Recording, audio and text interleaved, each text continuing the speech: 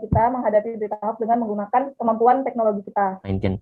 Jadi atas dasar itu dan keterbaruan itu kami membuat tema KKN yaitu menghadapi berita hoax di masa pandemi yang sekarang.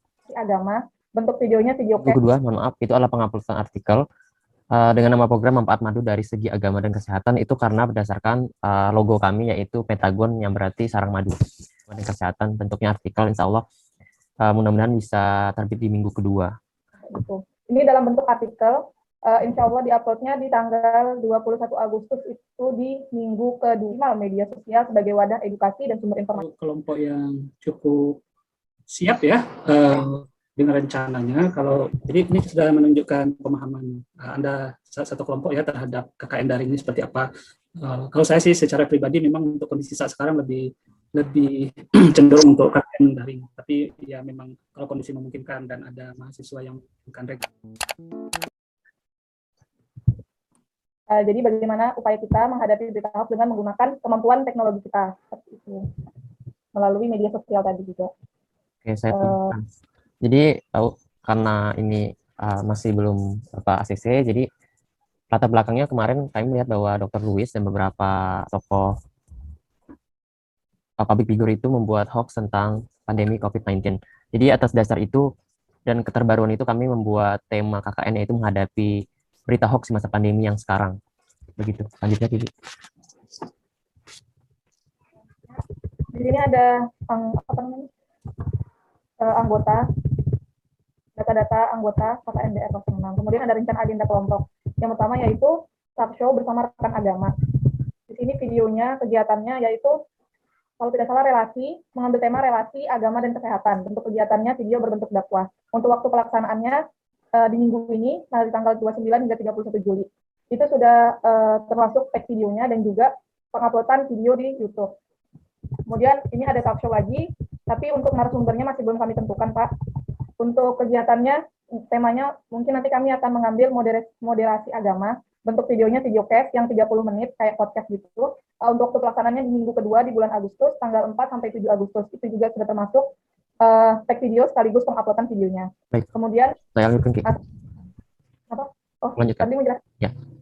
Bagian ketiga, agenda minggu ketiga, itu adalah penguploadan. Minggu kedua, mohon maaf, itu adalah penguploadan artikel dengan nama program Manfaat Madu dari Segi Agama dan Kesehatan. Itu karena berdasarkan logo kami, yaitu pentagon yang berarti sarang madu. Topik yang rencana yang kami angkat adalah memberikan edukasi tentang manfaat madu dalam agama dan kesehatan. Itu karena ada beberapa, ini juga terkait dengan hoax. Jadi kami akan memberikan artikel fakta tentang madu di masa pandemi, kegunaannya dalam perspektif agama dan kesehatan. Bentuknya artikel, insya Allah mudah-mudahan bisa terbit di minggu kedua. Yang keempat, itu ada video tutorial yang akan dilaksanakan tanggal 11 sampai 14 Agustus. Bentuknya adalah memberikan edukasi berbentuk video atau film pendek tentang cara cuci tangan dan pembuatan hand sanitizer alami dengan daun sirih. Selanjutnya, Kiki. Selanjutnya, agenda kelima yaitu short movie, yaitu media dakwah motivasi guna mempertahankan dan meningkatkan semangat generasi muda dalam menuntut ilmu agama. Dan juga dalam short movie ini nanti kita ada memuat promosi kampus Quincy. Bentuknya yaitu film pendek, ya short movie.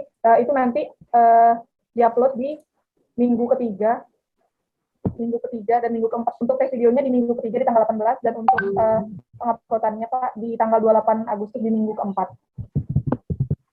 Selanjutnya, ini ada isu edukasi COVID, yaitu memberikan edukasi kepada masyarakat awam tentang bagaimana cara menyikapi COVID-19 dalam kehidupan bermasyarakat. Jadi selain edukasi COVID juga di sini berkaitan dengan relasi agama dan kesehatan, di mana edukasi COVID kepada masyarakat itu bisa membantu terjalinnya ukhuwah Islamiyah, karena saat ini masih ada beberapa di desa-desa mungkin, atau saya sempat lihat kemarin beritanya bahwasannya ada salah satu keluarga yang terkena COVID, tetapi malah sampai jadi ini Pak, dikucilkan oleh masyarakat. Habis itu dikucilkan oleh masyarakat sampai dia dibawa ke nggak diterima di desanya gitu. Jadi mungkin dengan edukasi COVID ini bisa memberikan penjelasan kepada masyarakat tentang pentingnya juga kehidupan bermasyarakat menjalin ukhuwah Islamiyah gitu. Ini dalam bentuk artikel, insya Allah diuploadnya di tanggal 21 Agustus itu di minggu ketiga bulan Agustus. Selanjutnya, ini ada infografis, yaitu menyajikan infografis dengan berbagai macam isu yang dapat bermanfaat untuk para pembaca dan masyarakat. Khususnya isu-isu yang mengenai berita hoax, gitu. Gimana, salah satu contohnya, infografis tentang gimana cara menghadapi berita hoax, bagaimana cara menyaring berita-berita yang masuk saat kita melihat media sosial. Bentuknya infografis. Untuk penguploadannya sendiri itu nanti belum jelas, maksudnya belum tentu kapannya Pak, tapi intinya di 1 bulan ini pasti ada infografis tentang isu itu. Kemudian agenda terakhir yaitu ada hataman Al-Quran dan doa bersama. Program hataman Al-Quran dan doa bersama ini guna mengharap dan memohon keselamatan serta perlindungan dan segala macam bencana bahaya penyakit. Ini nanti akan diadakan di minggu terakhir bulan Agustus 28 sampai 31 Agustus. Untuk tepatnya belum pasti gitu Pak. Oke, selanjutnya rencana waktu kegiatan. Ini seminar proposal KKN. Seminar proposal KKN ini 26. Oh, maaf, ini salah Pak. Belum saya perbaikin. Kan baru kita bahas hari ini, jadi di tanggal 29 Juli 2021, laporan seminar proposal KKN dari Supervisor ke LP2M 29 Juli 2021, habis itu pelaksanaan kegiatan yaitu dari tanggal 29 Juli sampai 31 Agustus 2021, dan pembuatan laporan nanti di tanggal 28 sampai 31 Agustus 2021, ini minggu terakhir bulan Agustus. Kemudian sasaran yang ingin dicapai dari pelaksanaan kegiatan ini, yang pertama yaitu mewujudkan tridharma perguruan tinggi, yaitu penelitian, pengembangan, dan pengabdian pada masyarakat khususnya masalah sosial. Habis itu yang kedua, partisipan kegiatan ini melibatkan warganet melalui Instagram, YouTube, dan juga Facebook. Kemudian narasumber dari instansi yang bersangkutan dengan topik kegiatan talk show. Dan yang ketiga, memberdayakan secara maksimal media sosial sebagai wadah edukasi dan sumber informasi di tengah kondisi pandemi COVID, khususnya untuk menghadapi berita hoax. Mungkin cukup sekian dari saya, kurang lebihnya saya mohon maaf. Akhirnya, Assalamualaikum warahmatullahi wabarakatuh. Waalaikumsalam.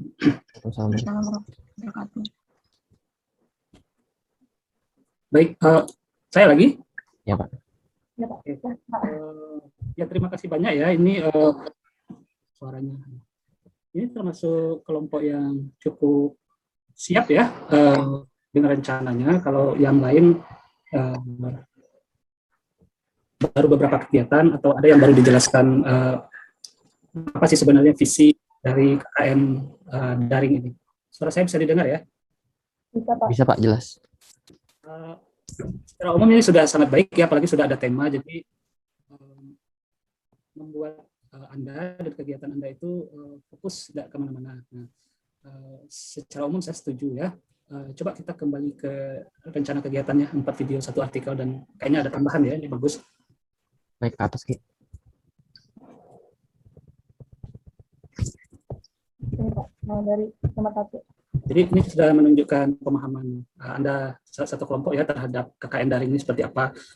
Kalau saya sih secara pribadi memang untuk kondisi saat sekarang lebih cenderung untuk KKN daring. Tapi ya memang kalau kondisi memungkinkan dan ada mahasiswa yang bukan reguler atau semi reguler ya kami fasilitasi. Tapi kan keadaan ini tidak bisa diprediksi. Dan lagian ke depan juga ya kita tidak tahu ya ini apakah nanti akan turun atau naik terus.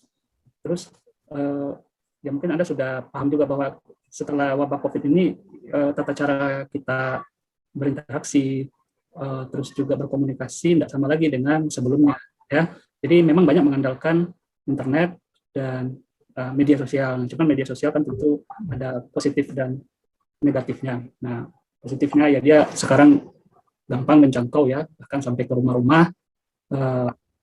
Terus juga ya gampang diakses, terus juga terutama itu ya, lain masih mikirkan. Cuman dampak negatifnya tentu banyak juga karena yaitu filter atau saringan terhadap informasi itu sering tidak ada gitu, terutama bagi masyarakat yang belum diedukasi soal pentingnya untuk menyaring informasi yang ada di internet. Nah ini makanya KKN ini walaupun sebenarnya terbentuk seperti ini, tapi dampaknya bukan kurang dari KKN reguler, malah mungkin ini yang sekarang ke depan ya yang manfaatnya akan lebih terasa. Nah, saya lihat Anda sudah memahami itu yang membuat tema tentang ya, literasi digital dan bagaimana cara mengedukasi masyarakat ya untuk terhadap informasi hoax. Pertama saya sarankan ya hoax itu kan sebenarnya bukan hanya berita yang istilahnya bohong ya atau diada-adakan, tapi karena terus diberikan akhirnya dianggap sebagai benar. Hoax itu kategorinya banyak, termasuk juga disinformasi, jadi meluruskan berita-berita yang kurang tepat. Contohnya seperti ini, bagaimana Islam ya berwudu itu bagian dari menjaga kebersihan, ya kan, tahara. Nah, tapi kemudian narasinya dikembangkan bahwa dengan berwudu cukup sudah menangkal. Karena ini temanya, bukan hanya maksudnya seperti agama ya, sikap berhati-hati, sikap moderat dalam beragama, terus juga dikombinasikan dengan ilmu pengetahuan. Nah, nanti salah satu contohnya yang edukasi masyarakat bahwa ya berwudu penting, tapi caranya sekarang beda, harus dilakukan mungkin cuci tangannya ditambah dengan sabun ya 20 detik. Nah, itu termasuk juga yang banyak beredar di masyarakat ya, hoax bukan hanya berita tidak benar, berwudu menjaga tapi menjadi disinformasi ya, informasinya menjadi menyesatkan karena kondisinya tidak pas lagi dengan kondisi biasa. Nah, makanya kita memerlukan cuci tangan dengan sabun, hand sanitizer dan sebagainya.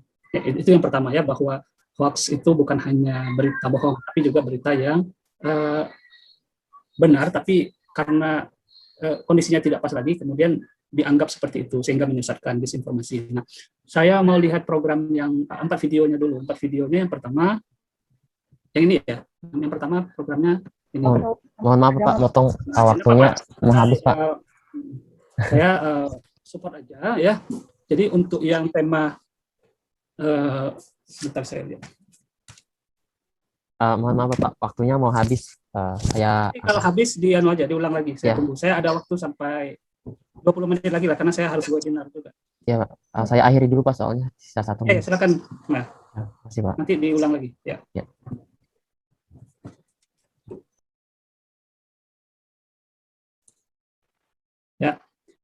Yang pertama untuk tema moderasi beragama, videonya berbentuk dakwah. Anda mengadakan talk show ya bersama rekan agama, silahkan ya. Tapi ini belum ada seperti yang memberi ceramah dan seperti apa ya.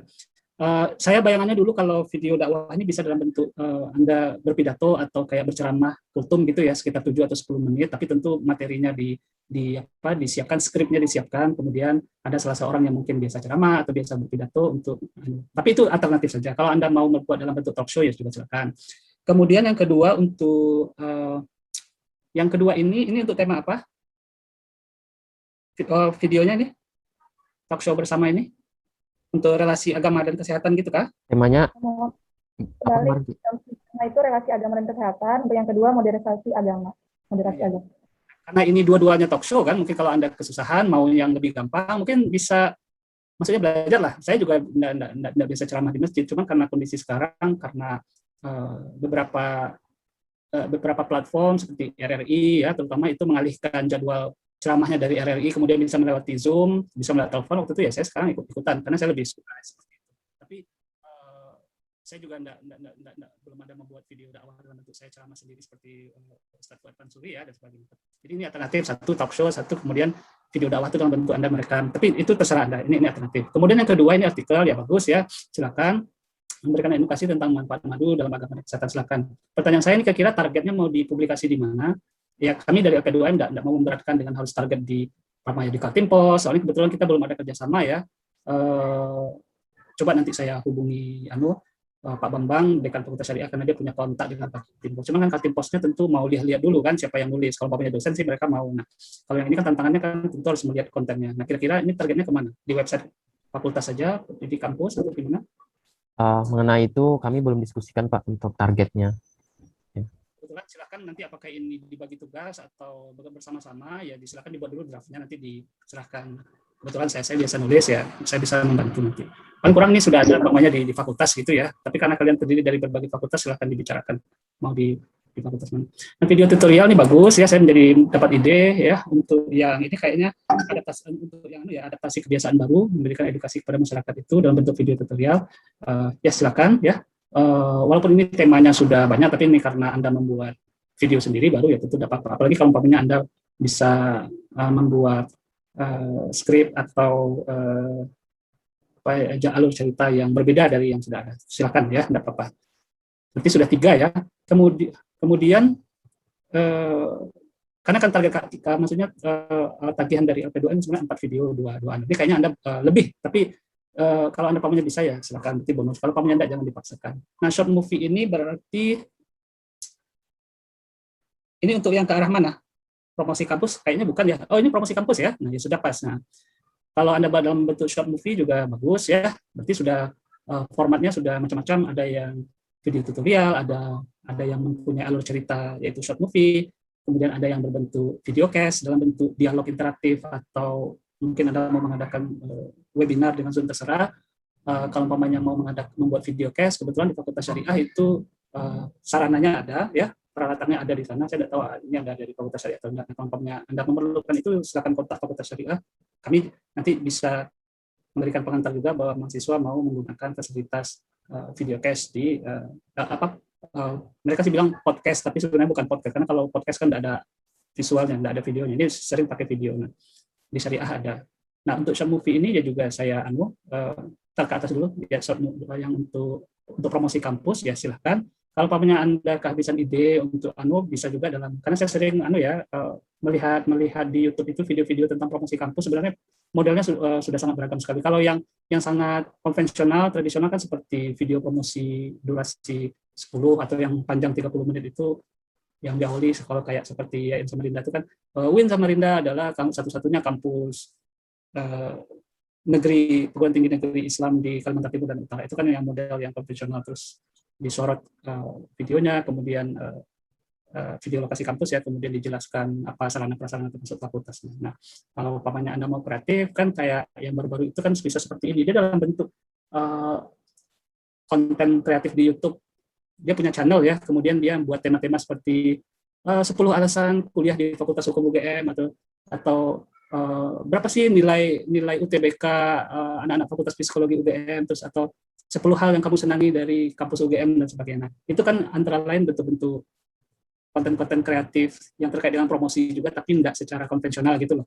Kalau yang konvensional kan banyak kan, jadi yang mungkin memudahkan. Kalau kayak tema-tema 10 alasan itu dan sebagainya, itu biasanya dilakukan dengan mungkin ada narasi ya, ada hostnya, kemudian direkam.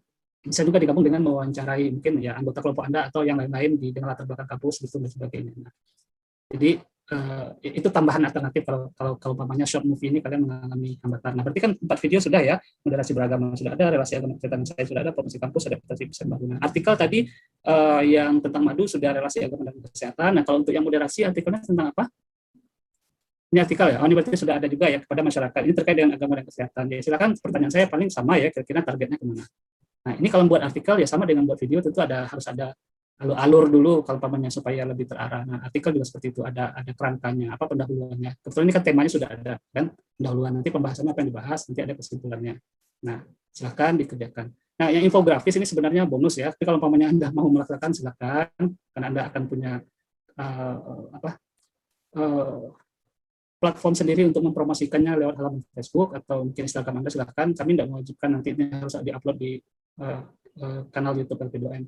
Ini juga bonus ya, Anda akan melaksanakan khatam Quran dan doa bersama. Ini nanti dilaksanakan seperti apa? Lewat Zoom atau secara offline? Nomor 9? Kemarin gimana Kiki? Saya lupa. Ya, kalau saran saya, kalau ini dilaksanakan di luar jaringan, offline ya, berkumpul bersama-sama, ya tolong dipertimbangkan. Sekarang kondisinya tidak baik ya. Varian Delta itu gampang menular, betul-betul gampang menular. Di kampus sekarang sudah banyak yang terdampak. LP2M aja ini sedang istilahnya sedang WFH karena memang ada staf yang kena dan menular. Alhamdulillah saya baik-baik karena saya disiplin di dalam ruangan memakai masker ya. Ya tentu dengan pertolongan Allah juga, tapi yang paling kurang kita ikhtiar itu. Nah, saya mengharapkan kalau kami ini dilaksanakan jangan secara offline karena kondisinya tidak baik. Kalau orang khataman dan ini kan tidak nyaman ini kalau bermasker mesti dibuka. Nah, di situ nanti potensinya ya. Nah, kalau umpamanya dilaksanakan secara online, ini nanti insya Allah dalam beberapa waktu ke depan ini IAIN akan langganan Zoom yang premium ya akan diaktifkan. Ini kebetulan lagi habis karena liburan. Nanti kalau umpamanya kalian perlu akses kepada Zoom, karena saya sebagai dosen mendapatkan akses sendiri, nanti akan saya pinjamkan, ya kan? Nah, itu saran saya jangan dilaksanakan secara kalau dilaksanakan secara offline ya tolong itu ya jarak, terus juga pelaksanaan dan sebagainya. Pastikan bahwa ini aman. Jadi saya melihat ini ada dua bonus kegiatan yang Anda lakukan. Saya tidak melarang ya. Kalau umpamanya nanti tidak bisa dikerjakan pun tidak apa-apa, karena yang tagihan minimalnya sudah ada penuhi 4 video dan juga 2 artikel. Nah, fokus yang itu aja dulu ya, yang 4 dan 2 itu. Karena kita kan tidak tahu seperti apa. Kalau video saya tidak tahu, mungkin karena enak melakukannya mungkin bisa cepat, tapi artikel ini mungkin kadang-kadang perlu waktu lama. Jadi yang bonus 2 ini jangan sampai menghalangi yang target utamanya. Nah, itu dari saya. Ada pertanyaan? Ya, dari Kiki dulu.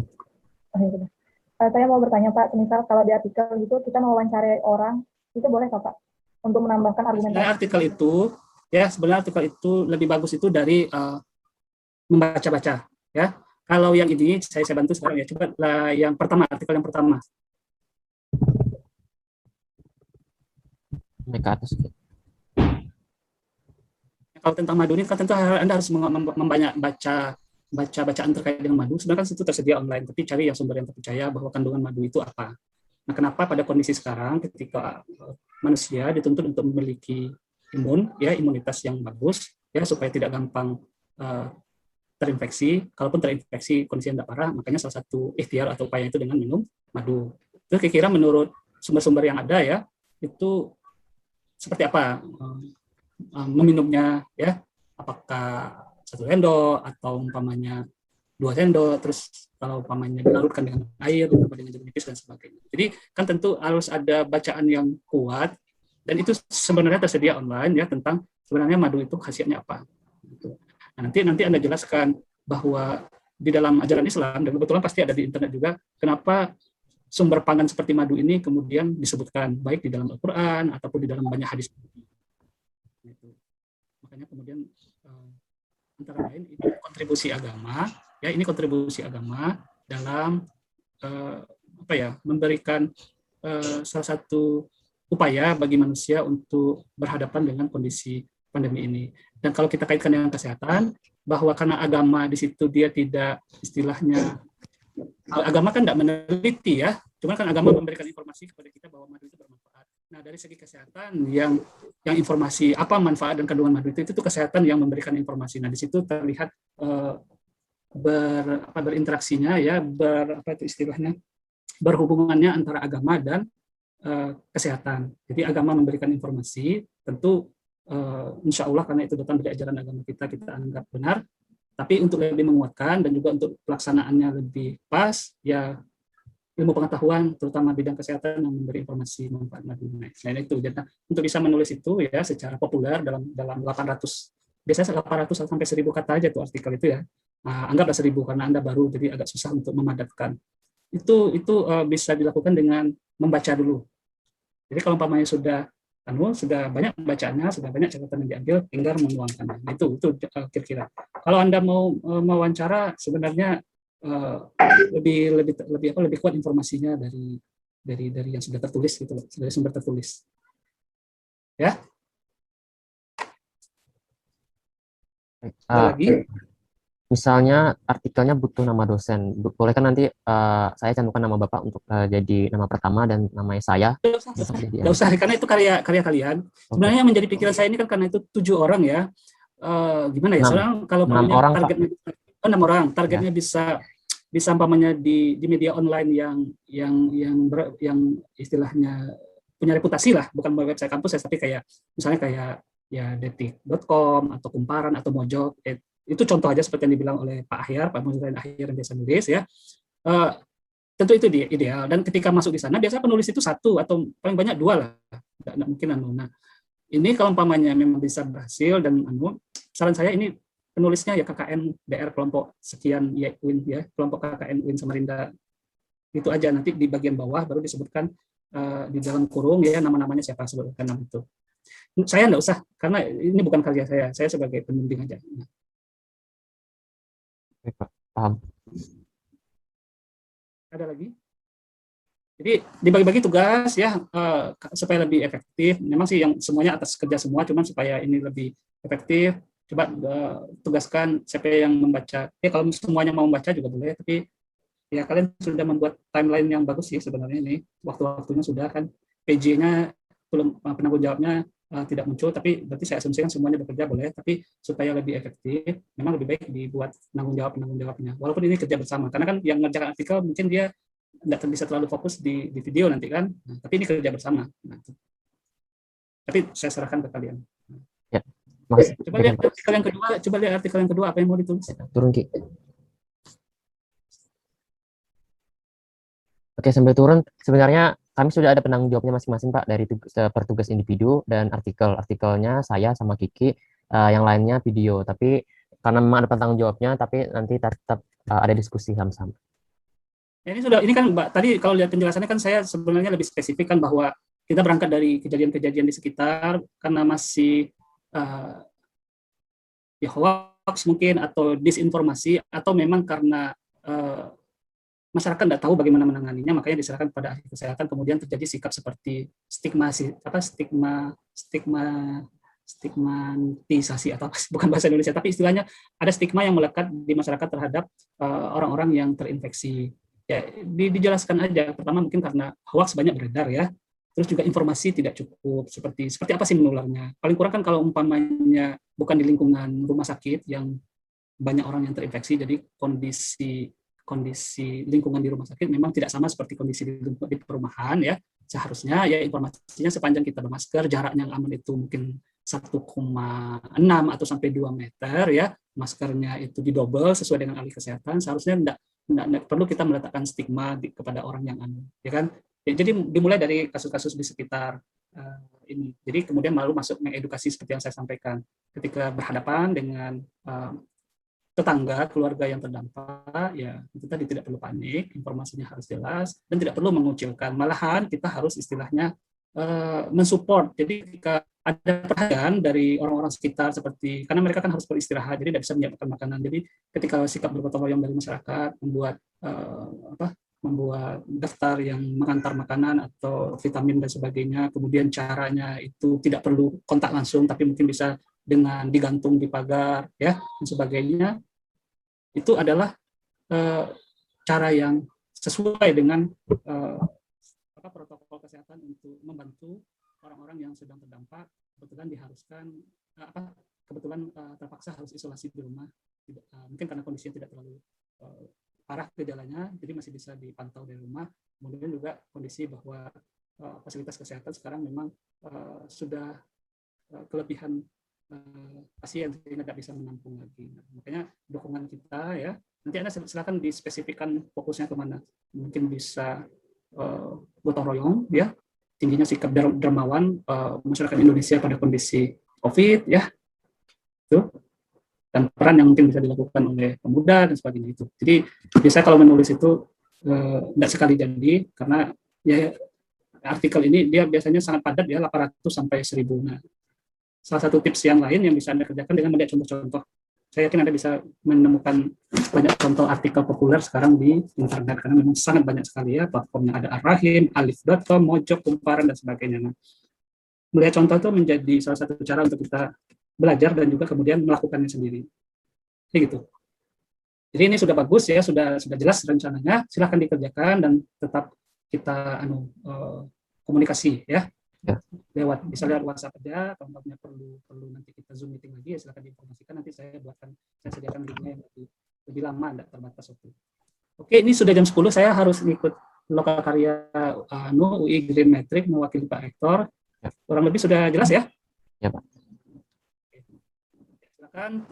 Dan pesan saya ya, ini dilakukan dengan sikap ya, intinya berhati-hatilah ketika kalian harus kontak, karena kan kalian tidak berasal dari tempat yang sama, dari rumah, kontak dengan siapa. Jadi berhati-hati ya. Kalau pamannya ada yang tidak merasa sehat, jadi tidak usah bergabung dulu, bilang saya mungkin kontribusi dengan cara apa, karena ya itu tadi kejadian di LP2M itu karena merasa tidak sehat ya, tapi dipikir biasa saja, kontak dengan teman-teman secara dekat, akhirnya di situ menularnya kemarin itu. Nah, kami ya dari LP2M tidak mengharapkan mahasiswa menempatkan diri dalam posisi yang berbahaya nanti karena mengerjakan ini ya. Oke ya, saya harus masuk ke Zoom ini. Bisa kita akhiri? Bisa Pak. Boleh foto bersama Pak. Tadi udah saya kirim. Kalau mau buat lagi silakan. Ya. Karena saya perlu untuk bukti laporan saya juga. Maka tadi sudah saya simpan sudah saya download juga di. Ya, Maya nggak bisa open kamera ya. Oke, kita aja. 1, 2, 3, senyum. Oke, selesai. Masih Bapak. Ya, saya live ya. Assalamualaikum. Waalaikumsalam.